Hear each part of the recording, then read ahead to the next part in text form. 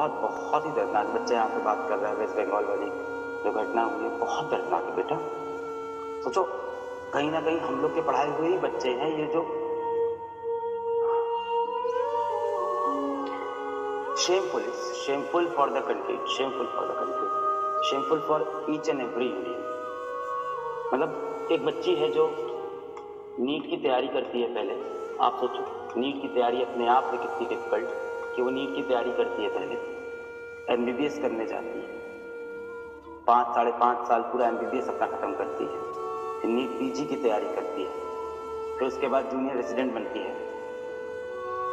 Junior residentship का उसका दूसरा वर्ष चल रहा है। 36 घंटे की ड्यूटी करते हैं ये बेचारे बच्चे।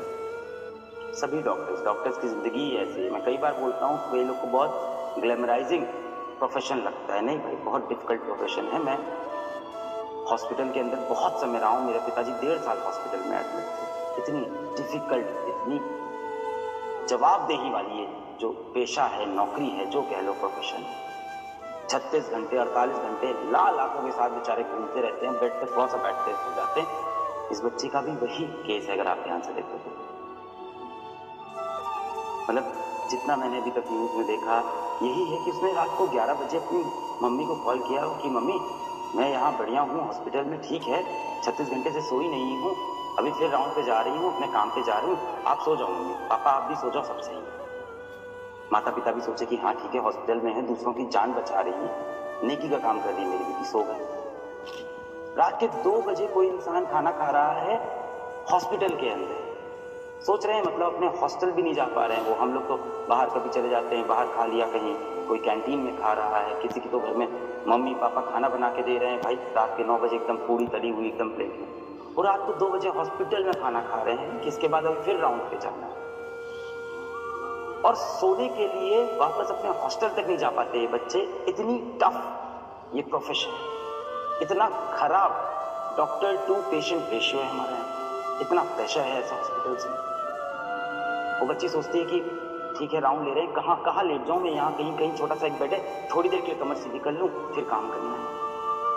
पास में एक रूम है, सेमिनार रूम जैसा है, वहां पे उसने सोचा कि थोड़ी देर लेट जाती है। और उसको बहुत सिक्योर है कि मैं हॉस्पिटल में हूँ, मैं लोगों की जान बचाने के लिए यहाँ हूँ, मैं तो इस काम से यहाँ तो मैं पूरी तरह से सुरक्षित हूँ से। बच्ची रात को 2 बजे सो गई, हम सब सो गए, हम सब गहरी नींद में हैं, और रात को 3 बजे उसके साथ जो दर्दनाक, जो खौफनाक हादसा हो रहा है, और हम सब सो रहे हैं, पूरा देश सो रहा है, हर कोई सो रहा है। एक तरफ हम बात करते हैं बेटियों को पढ़ाओ, बेटियों को आगे बढ़ाओ, विमेन एम्पावरमेंट, लड़कियों को नौकरी में होना चाहिए, लड़कियों को डॉक्टर बनना है, इंजीनियर बनना है, बिजनेस टाइकून बनना है।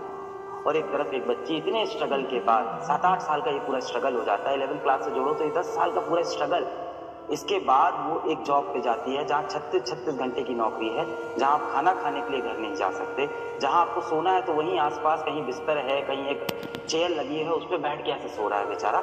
उस हालत में उस बच्चे के साथ ऐसा कुछ होता है। देखिए इतना बड़ा देश है, ऐसी घटनाएं होती हैं, पूरी तरह से कभी नहीं रुकेगी। प्रैक्टिकल बात यह है क्योंकि इंसान जो है उसके अंदर एक शैतानी दिमाग है, कुछ इंसान दरिंदा होता है, मानता हूं मैं, ये प्रैक्टिकल वर्ल्ड है, इसको रुकने में शायद बहुत सदियां लग जाएं, शायद कभी भी ये पूरी तरह से खत्म ना हो।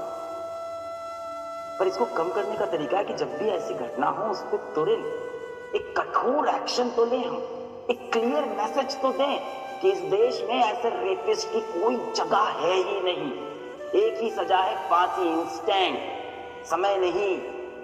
कहां है भाई, पकड़ा मुजरिमों को, पकड़ा और लगा दिया फांसी। बाप कहोगे सर जल्दी पता कहां चलता है भाई साहब, जब कोई ऐसा मुद्दा आता है ना, जो सरकार के खुद के काम होते हैं, मिनिस्टर्स खुद काम होते हैं, तुरंत फैसले आते हैं, तो तब तुरंत बिल पास हो जाता है संसद में, तुरंत एक्शन हो जाता है। अब आप कहोगे सर एक लड़की के साथ ऐसा हुआ है, ठीक है, बाकी तो सब लोग सेफ है। बेटा यही तो एग्जाम्पल सेट करता है। आज इस तरह के माइंडसेट वाले जितने क्रिमिनल होंगे, गंदी दिमाग वाले जो नाली के कीड़े जैसे लोग होते हैं, मतलब आज उनको तो लग रहा होगा यार कुछ होता भी नहीं है, सब सेटल हो जाता है। जो उनकी फोटोज आई हैं, जो मीडिया में रिपोर्ट आए हैं, आंख में उनका चश्मा धंसा हुआ है, सर को दीवार से घिसा गया है, पैर ऐसे 90 डिग्री पे पैर खुले हुए हैं इंसान के। क्या जानवर वाला सलूक हुआ है।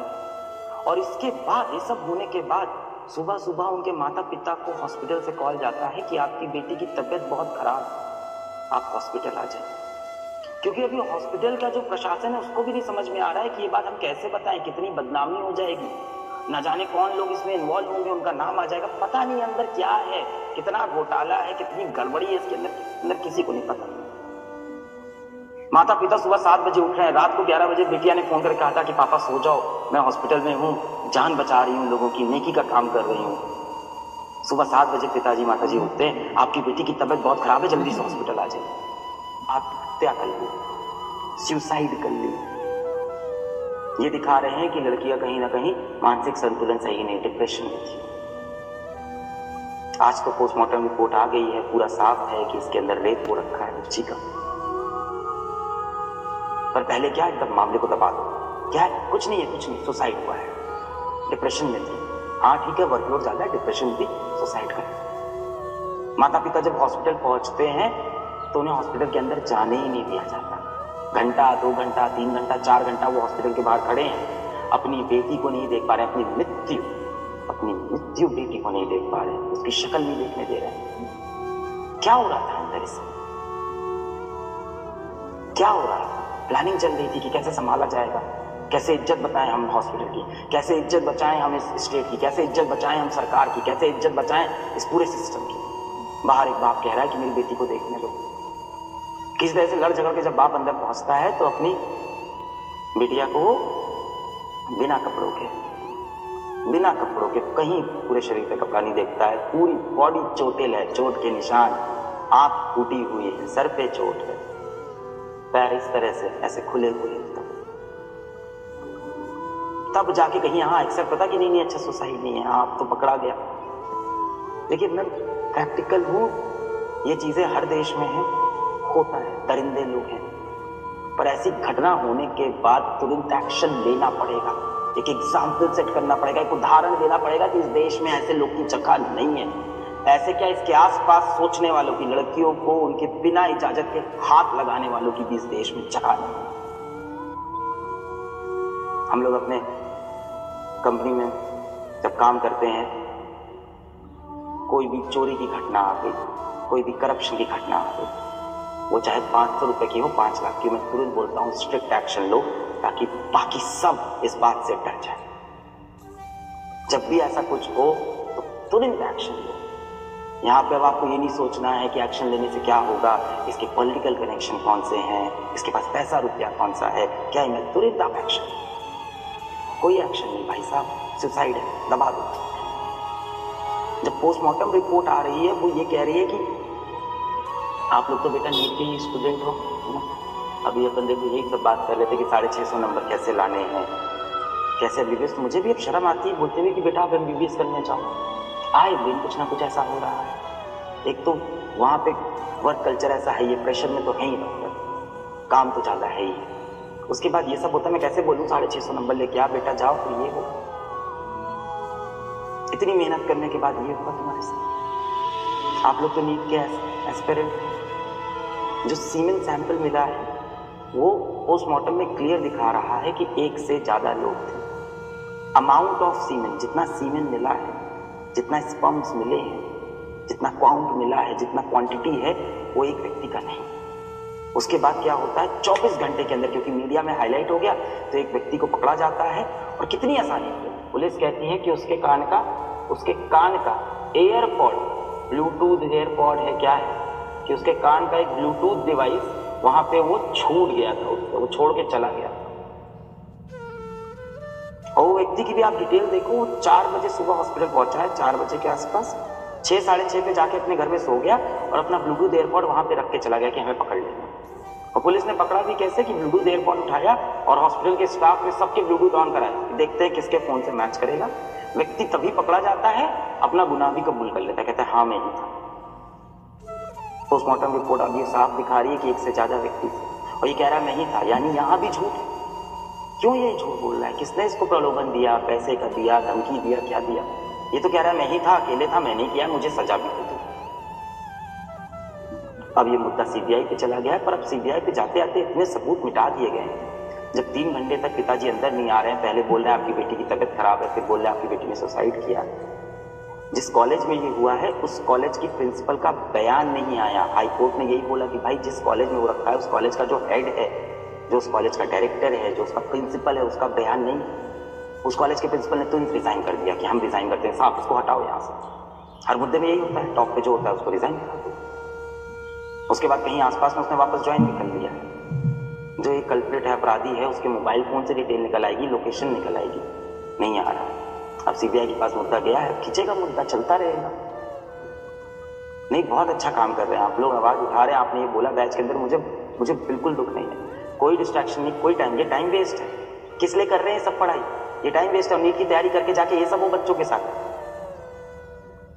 कोई कॉर्नर केस नहीं है, कोई अकेला केस नहीं है जो हुआ है देश में। इससे देश में हर रोज बहुत से केस होते हैं और ये सारे केस रुक सकते हैं। मैं बता रहा हूं, रुक सकते हैं। इंटेंट चाहिए, कड़ी सजा चाहिए, इंस्टेंट एक्शन चाहिए। क्या डर फैलता है लोगों के अंदर कि भाई इस देश में माफी नहीं मिलेगी, सोचना भी मत छूने की। डर लगता है लोगों को फिर सजा से, पर नहीं, कुछ चल रहा है इसके पीछे, सबके पीछे पॉलिटिक्स चल रही है। इसकी गलती, उसकी गलती, इस सरकार गलती, उस स्टेट। अरे हर स्टेट में होता है। आज इनकी सरकार है, कल उनकी सरकार आएगी, सब जगह होता है। अभी हॉस्पिटल के अंदर से भी ज्यादा लोग बात नहीं कर रहे हैं, सबको डर है अपनी नौकरी का। भाई एक आम इंसान क्या करता है? अपना रोटी पानी, जिंदगी, बच्चा, बीवी, उसको बच्चे को भी तो स्कूल भेजना है। बहुत ही दर्दनाक है इसका सोल्यूशन यही है, एक्शन। अब देखो इंसाफ तो क्या मिलेगा? वो बच्ची की जो हालत है तो खत्म हो गया ना, उस माँ बाप को इंसाफ नहीं मिलेगा। अब जो मिनिमम हो सकता है वो यही हो सकता है कि तुरंत कड़ी सजा हो, पकड़े जाएं लोग। अगर ये गैंग रेप है तो बाकी लोग पकड़े जाएं। कोई भी मेन स्ट्रीम मीडिया इसको काफी समय तक हाईलाइट नहीं किया, काफी समय बाद मेन स्ट्रीम मीडिया पे ये चीजें आई। डॉक्टर्स प्रोटेस्ट कर रहे हैं, इससे भी एक अलग नुकसान है। अब पेशेंट बेचारा हॉस्पिटल में लेटा हुआ है, डॉक्टर्स प्रोटेस्ट पे, तो क्या करें डॉक्टर्स? बिना प्रोटेस्ट करे काम करते रहे, कल दूसरी लड़की के साथ होगा, तीसरी लड़की और चौथी लड़की के साथ। इसका लड़कियां काम करना छोड़ दें हॉस्पिटल के अंदर। हो गया बंटाधार, पहुंच गया वापस 7 साल 100 साल पहले। हम फिर से सती पता शुरू कर देते हैं, दबा दो लड़कियों को, यही है ना। फिर it's very very very depressing. आप सोच के देखो, आपके घर में आपकी बहन होगी, आपकी कोई दोस्त होगी, आपकी बीवी होगी, आपकी बच्ची हो सकती है। आप तो घर छोटे, आपकी बहनें हो सकती हैं, दोस्त हो सकते हैं। सोच के देखो, आप रात को सो गए, सुबह उठते ही सब खत्म जीवन से। रात को 11 बजे उस बहन ने आपको कॉल किया, बोला कि सब सही है भाई, मैं एकदम ठीक हूँ, मैं काम कर रही हूँ, और आप सो गए 12 बजे। सुबह 7 बजे जब आप उठते हो, आप it's over. And it's not like कि एक नेचुरल डेथ, एक मर्डर, एक रेप है, घिनौनी तरह से। वो पेन वहां से बाहर नहीं पाया। किसी के साथ भी हो सकता है, हम में से किसी के साथ किसी भी दिन में हो सकता है। It's very depressing.